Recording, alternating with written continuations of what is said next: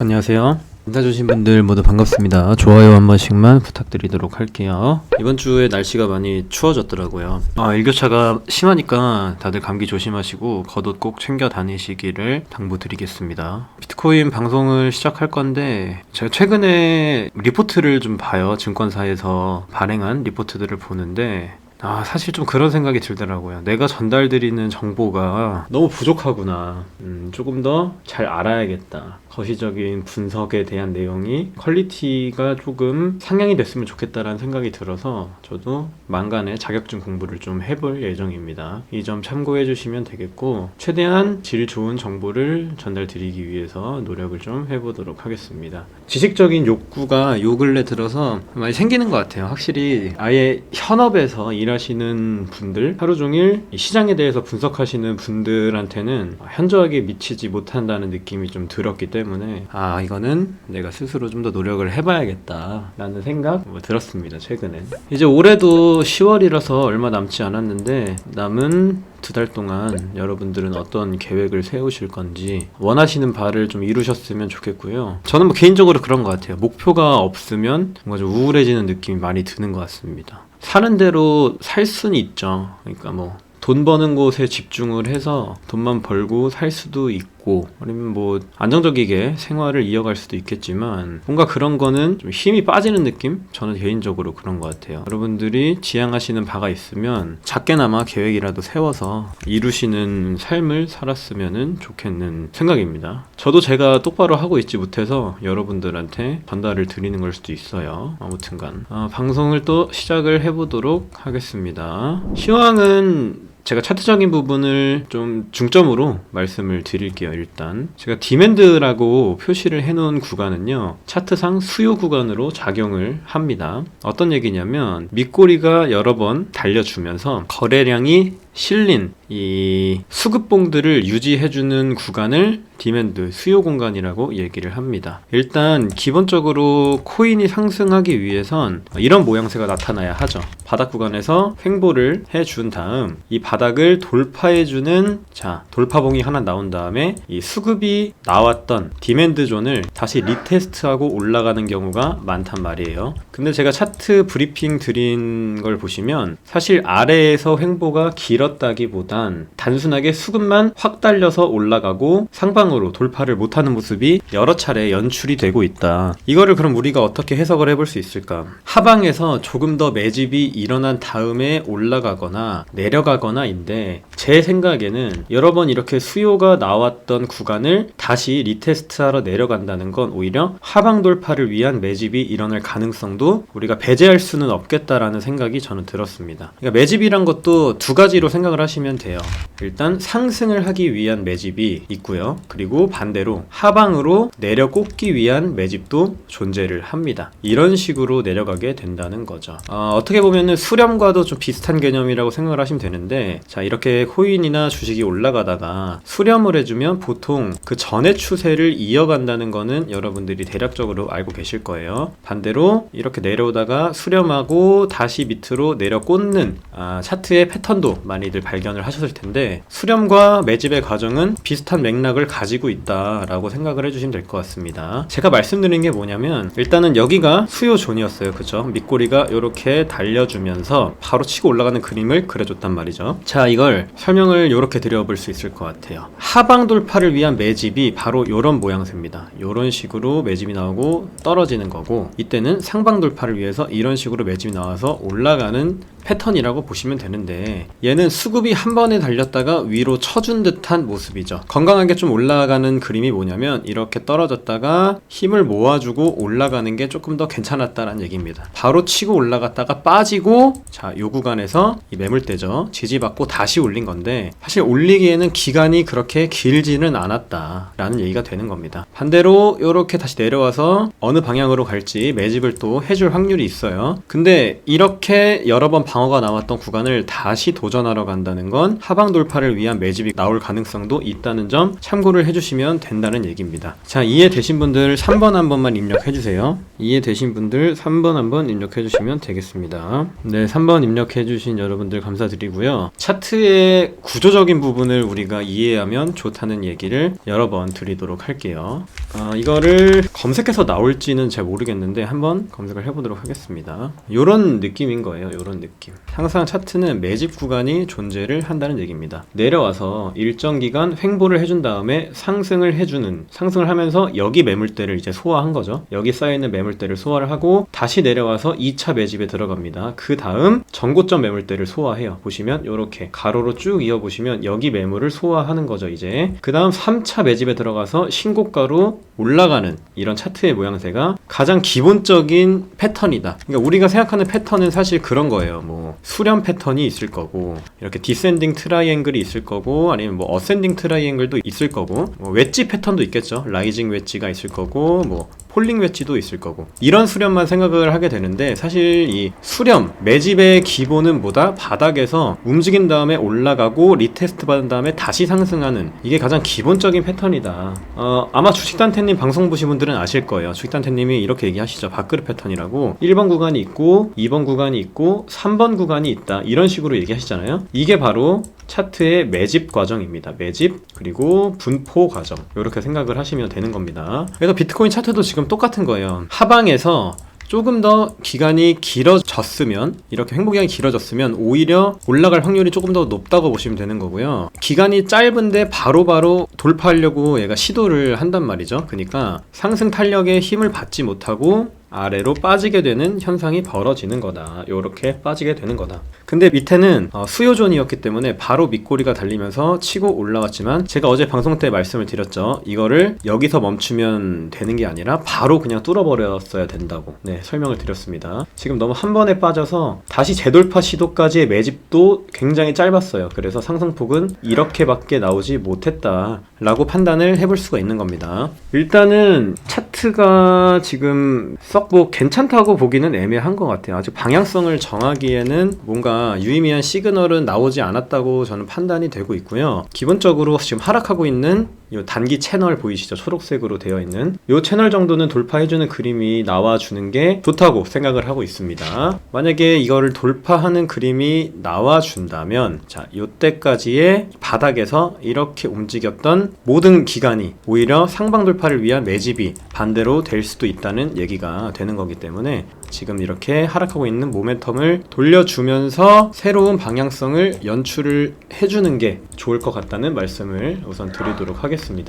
비트코인의 맥점은 여전하게, 자, 요 구간이죠. 제가 지지로 꼽아놨었던 19561 그리고 19661 구간이 강하게 저항으로 작용을 하고 있다. 텔레그램에서도 제가 항상 지지저항선을 올려드리는데, 지지선을 제가 이렇게 말씀을 드렸어요. 19195라고 말씀을 드렸습니다. 19195에서 지지를 받을 거라고 얘기를 드렸는데, 선을 하나 그어볼게요. 19195에 이렇게 종가로 지켜주는 걸 여러분들이 또 보실 수가 있는 거죠. 자, 4시간 봉상 종가 깨지 않고 꼬리만 달고 다시 요 구간에서 올라오죠. 이런 부분도 여러분들이 체크를 잘 해두시면 좋습니다. 그래도 지지가 나왔던 게 상승폭이 얼마나 되는지 체크를 해볼게요. 자, 대략 뭐 1.15% 정도 뭐 지지가 나와주고 있다. 사실 뭐 강한 지지는 잡아놓지 못했지만 단기적인 수요 라인 정도는 우리가 체크를 해볼 수가 있다. 뭐 30분 봉으로 예를 들어 본다고 합시다. 자, 그럼 되게 간단해지는 거예요. 얘가 여러 번 뚫지 못했던 구간이 어디였나 직전에, 그럼 요 정도가 된단 말이죠. 요 정도 라인이죠. 다시 얘가 떨어진다고 해도 매물대가 1차적으로 여기 형성이 된 거란 말이에요. 그쵸? 이 매물대가 상승을 위해서 횡보를 했던 구간이기 때문에 1차적으로 매물대가 형성이 돼 있어서 쭉 요렇게 가로로 지지할 수 있는 힘이 가해진다는 얘기가 되는 겁니다. 그래서 가격이 급하게 빠졌지만 여기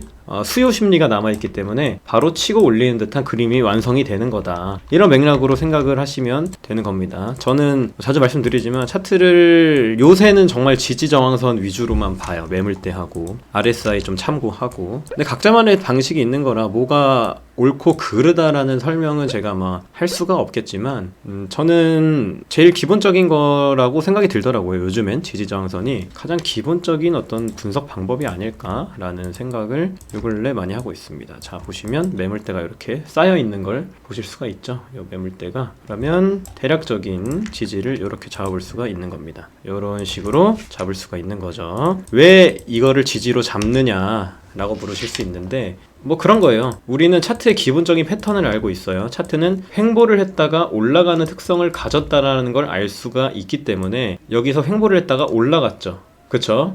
그럼 여긴 상승을 위한 일종의 매직 구간이 되는 거예요. 1시간봉 프레임에서 다시 내려왔을 때 이 매직 구간은 당연하게 지지를 받을 수 있는 역할을 해준다는 거죠. 차트에서. 자, 이해됐다 3번 한번 눌러주세요. 이해됐다 3번. 자, 설명드린 게 이해됐다 3번 한번 눌러주시면 됩니다. 그리고 영상 좋아요 한 번씩만 좀 부탁드릴게요. 여러분들이 차트 공부를 하실 때 이동평균선 뭐가 있을까요? 또 뭐 볼린저 밴드, 일목균형표 이런 거 다 좋아요. 좋은데 차트의 구조를 먼저 이해하는 게 저는 먼저라고 봅니다. 약간 사칙연산. 근데 우리가 사칙연산을 모르고 다음에 그 수학적인 문제를 풀 수가 없잖아요. 그쵸? 그거를 알아야만 다음 게 이해되고 하는 건데, 예를 들어서 이동평균선에 도출이 되는 값에 대해서 내가 막 너무 공부하려고 하고 RSI는 어떤 수학적 공식으로 이어져 있는지 막 공부를 하려고 하고 이런 느낌보다는 차트는 기본적으로 하락, 매집, 상승이 있고 상승, 매집, 하락이 있다. 그렇게 되면 차트의 지지 저항은 기존의 매집이 일어났던 곳에서 지지를 받을 수 있는 거고 저항을 받을 수 있는 원리로 이루어져 있구나. 이렇게 생각을 해볼 수가 있다는 거죠. 이해되셨죠? 자, 차트적인 설명은 여기서 마치도록 하겠고요. 다음에 시황을 대충 살펴보도록 할 텐데, 사실 크게 말씀드릴 내용은 뭐 없어요. 증시는 실적 호조가 쭉 이어졌기 때문에 상승을 했고 골드만이나 뱅오와가 예상보다 실적이 꽤 좋았습니다. 근데 여러분들이 아실 거예요. 지금 경기 둔화 상태로, 경기 침체 상태로 우리가 들어가고 있다는 걸. 거시경제가 그런 쪽으로 흘러가고 있는데도 실적들이 좋다. 사람들이 실질 소비를 그렇게 줄이지 않았다. 그럼 경기가 생각보다는 탄탄하다는 얘기가 또 되는 겁니다. 무튼 간에 그런 맥락으로 시장이 또 상승을 해줬다 라는 정도. 그리고 긍정적인 소식이 뭐가 있냐면 미국이 또 전략 비축률을 방출한다고 했어요. 곧 민심 잡기를 해야 되죠. 왜냐면 중간선거 시즌이 있기 때문에. 국제유가가 하락을 또 해줬고 국제유가는 인플레이션의 많은 부분을 차지하고 있기 때문에 나쁘지 않은 흐름으로 흘러갔다 라는 정도로 체크를 하시면 되겠습니다. 그리고 앱토스가 상장을 했는데 이거 혹시 사신 분 안 계시죠? 앱토스 이거 사신 분 안 계시길 바라겠습니다. 거의 뭐 10,000원 정도로 떨어진 걸로 제가 체크를 했었거든요. 아까 거의 뭐 3만원, 4만원까지 갔다가 10,000원 정도로 떨어졌던데, 어제 라이브 때도 말씀드렸지만 앱토스 같은 건 내가 감당할 수 있는 선에서만 매매를 하셔라 이렇게 얘기를 드렸습니다. 그래서 무리하게 하지 않으셨기를 바랄게요. 일단. 그리고 여러분들한테 또 드리고 싶은 말씀이 뭐냐면, 우리가 거시경제를 알고 시장을 알고 차트를 알아요. 예를 들어서. 근데 한 가지 재밌는 점이 있어요. 1년 전 비트코인의 가격이 62,000달러였어요. 그죠? 62,000달러였는데 그때 우리들은 어떤 얘기를 했냐면, 비트코인 2만 달러 아래로 떨어지면 무조건 산다. 비트코인 18,000, 17,000이면 무조건 산다. 이렇게 얘기를 많이 했단 말이에요. 근데 지금 비트코인의 가격은 19,300인데 사람들은 매수하기를 두려워하고 있다. 또 역사는 이렇게 반복이 될 거다라는 얘기가 되는 겁니다. 또 가격이 올라갈 때 나는 살 거고, 그리고 물릴 거예요. 그 다음에 떨어진 다음 비트코인 망했다 소리 나올 때는 구매를 또 망설이게 되는 거죠. 그래서 저는 사실 19K 언더에서는 현물로 모아가기에 정말 충분한 가격대라고 생각을 하고는 있습니다. 제 생각에는 그래요. 물론 저랑 생각이 다르신 분들도 많이 계시고 경기 침체가 정말 얼마 남지 않았다라고 보는 시각도 많기 때문에 단정지어서 말씀을 드릴 수는 없겠지만 가격적인 메리트는 확실히 있다, 이렇게 설명을 드릴 수가 있을 것 같습니다. 그리고 10년물 3개월 금리가 역전될 때마다 경제위기가 찾아왔었다. 8번이 있었는데 총 이번이 9번째 또 그렇게 발생을 했다 라는 점도 여러분들이 체크를 해보시기를 바라겠습니다. 카이버는 스캠인가요? 말씀하셨는데, 일단 제가 말씀드리고 싶은 거는 그거예요. 카이버를 구매를 하셨어요. 그쵸? 근데 스캠인 거를 확인을 안 했다는 게 저는 조금 안타까운 부분인 겁니다. 카이버를 혹시 구매를 하셨나요? 카이버 네트워크를? 그거를 제가 먼저 여쭤보도록 할게요. 카이버 네트워크가 어떤 프로젝트인지, 무엇을 위해서 만들어졌는지 등등등 이거를 알고 하신 건지 아니면 그냥 구매를 하신 건지, 요런 마인드셋도 굉장히 중요하거든요. 제 생각엔. 그러니까 이유가 있어야 된다는 거죠. 모든 거에는. 내가 행동하는 어떤 거에는 다 이유가 있는 게 좋다. 카이버가 요렇게 떨어졌기 때문에 매수를 했다 라는 관점은 사실은 글쎄요, 저는 잘 모르겠어요. 조금 어렵습니다. 어려워요. 일단은 카이버는 원래 여기서 반등이 되게 세게 나왔어야 하는 자리거든요. 제가 설정해 놓은 두 가지 선에서 반등이 강하게 나왔어야 하는 자리인데 매도세가 너무 강합니다. 일단 너무 강해요. 요렇게 흘러가는 차트가 너무 좋지 않아요. 이렇게 가는 게 한 번 더 떨어질 가능성이 농후한 그런 모양새라고 저는 일단 보여지기는 합니다. 그리고 매도세가 너무 세게 터지면서 뺐네요. 일단 카이버는 강한 음봉으로 빼고 아예 주가가 흐르는 모습이죠. 주가가 흐르는 모습. 누군가 받아쳤다면 이렇게 좀 돌려주면서 가야 되는데 쑥 미끄럼틀처럼 내려가는 형태라서 일단 캔들은 이쁘지 않고 카이버 네트워크 자체는 나름 뭐 근본이라고 알고 있기는 해요. 저는 근본이라고 알고 있긴 한데 그렇다고 뭐 이거를 홀딩 하셔라 제가 결정할 수 없는 부분이죠. 그쵸? 제가 결정할 수가 없어요. 판단을 하시는 게 좋습니다. 스스로가 알아보셔야 하기도 하고요. 카이버 네트워크가 어떤 것에 쓰이는지 어디랑 파트너십을 맺었고 상승할 수 있는 여력이 있을지 그 기업의 동향도 체크를 또 해보셔야 되는 거고요. 약간 제가 걱정이 되는 게 뭐냐면 돈놀이장처럼 체크를 하시는 것보다는 계속 근거를 심어주시는 게 좋다는 말씀을 드리고 싶어요. 저도 비트코인 제 시드에 막 5% 10%만 사도 진짜 고민 많이 해요. 진짜로 이걸 구매를 할까 말까 했을 때 내가 어디서 손절을 할까 어디까지 익절을 할까 이런 거를 생각을 진짜 많이 합니다. 그런 버릇을 일단은 들이시기를 추천드리도록 하겠습니다. 카이버는 반등 나올 자리에서 반등이 못 나온 겁니다. 오히려 밑으로 확 꽂아버린 차트예요. 그리고 윗꼬리도 세게 바로 달리면서 좋은 차트다라고 설명드리긴 좀 어려워요. 보시면 이렇게 내려 꽂았던 요 음봉 매도량보다 이 봉 하나가 매도세가 더 크게 터졌어요. 누군가 확 던져버렸다고 볼 수 있는 거죠. 요거 보이시죠? 좀 위험해 보이기는 합니다. 제가 볼 땐. 네. 일단은 그렇고 지금 최근에 상장했던 게 앱토스죠? 요거였나요? 앱토스 차트 한번 볼게요. 앱토스는 일단 이거 한 달 정도는 더 보시기를 제가 추천드리겠습니다. 한 달 정도는 더 보시길.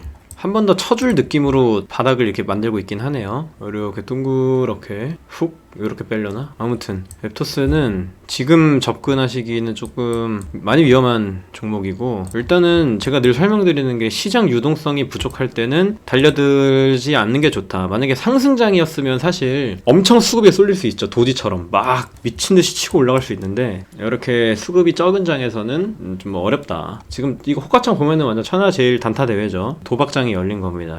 이거는 진짜 내가 감당할 수 있는 금액만 하시는 게 좋아요. 이렇게 상장한 지 얼마 안 된 종목은. 그리고 앱토스에 대해서 모르잖아요. 사실 이게 어디서 만든 거고 뭘 위에 쓰이는 건지 모르잖아요. 그러니까 사지 말라고 말씀드리는 겁니다. 저는 최대한 보수적으로 하시기를 추천드리도록 할게요.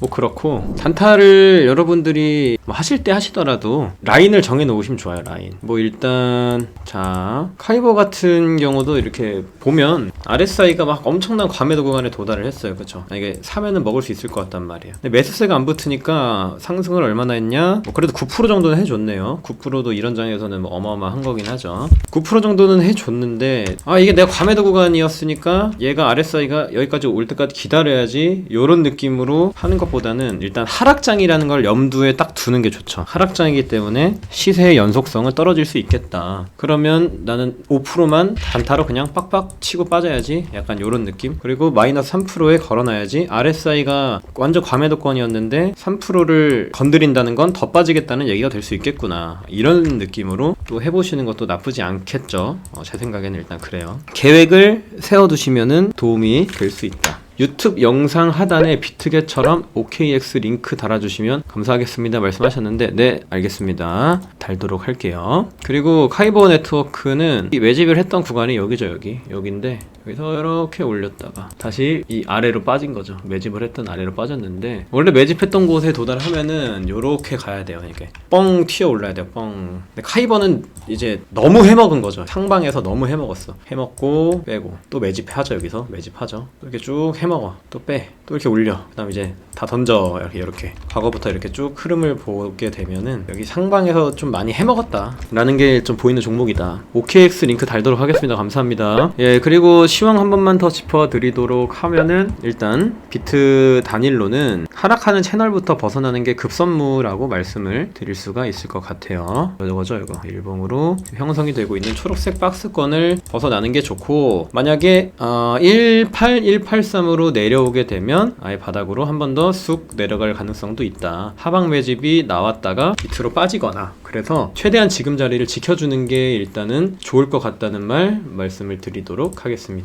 네, 아무튼 오늘 시황 이렇게 말씀드릴 수 있겠고요. 오늘 영상에서 여러분들이 많이 봐야 될 거는, 제가 영상 처음에 말씀드린 차트를 어떻게 봐야 되는지, 차트의 구조란 무엇인지, 차트의 기본이란 무엇인지, 이 부분만 체크를 하셔도 저는 될 것 같아요. 일단은 아무튼 시청해주셔서 감사드리고, 내일 라이브 때도 또 찾아뵙도록 하겠습니다. 오늘도 시청해주셔서 감사드리면서, 자, 수고도 많으셨습니다. 들어가세요.